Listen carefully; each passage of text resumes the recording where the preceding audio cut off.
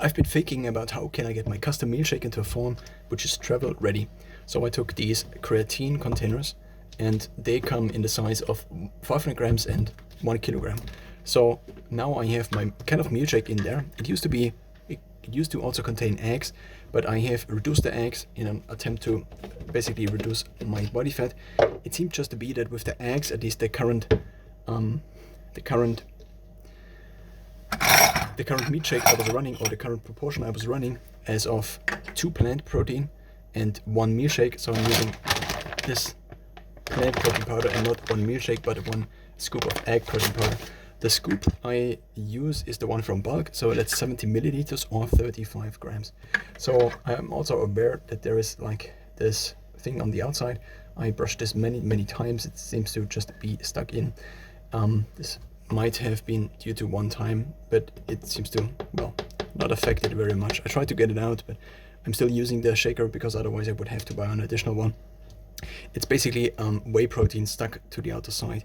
Now, I want to demonstrate how I then would make a milkshake if I'm, let's say, in a hostel or something like this. Then I would first fill the shaker like this. Then I would not use the scooper like this because I would not have a scooper like this. So what I have is either my additional rucksack, and in my additional rucksack I have 1 bottle with the milkshake, which also contains the egg powder, which is more nutrient dense. Mostly it contains also egg protein, but also egg fat, a little bit of carbs also from the egg powder. Now, basically I would open this up, and here I would have this in here. And now for every shake, I usually take 2.5 scoops. This seems to be kind of the best, at least in terms of then the resulting density. And I tried 3, I tried 2, but if I make 2 with protein powder mostly, which this is, then I can make the next one already if I'm actually hungry. And so 2.5 seems to be kind of the sweet spot. I then fill the rest with water, or not the rest, but just a little bit more water in.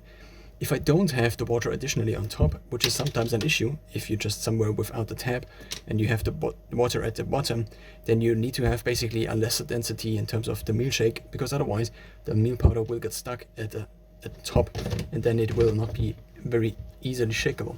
So let's now take this and put it back in. Of course now it's quite empty already. Sad to see that it doesn't fit or doesn't contain that much. And now I just need to shake it a couple of times.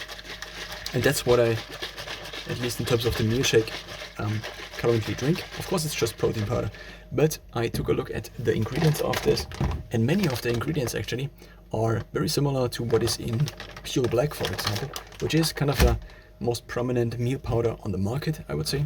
It's also way cheaper. So this comes in at 16 euros per kilogram, whereas Pure Black comes in at, I think, 25 euros per kilogram. I also then can customize this additionally, such as with the egg powder. I then can have egg powder when my body actually wants egg powder, and I then can leave it out. Now, of course, in terms of traveling, it's not that easy, but for this reason, I do have the 2 containers, one with egg powder now and one with the other one. I do have a soup spice in both of these. For every 1 kilogram, I add 4 tablespoons, which are roughly 40 grams. And then I have also a little bit of vegetables in there.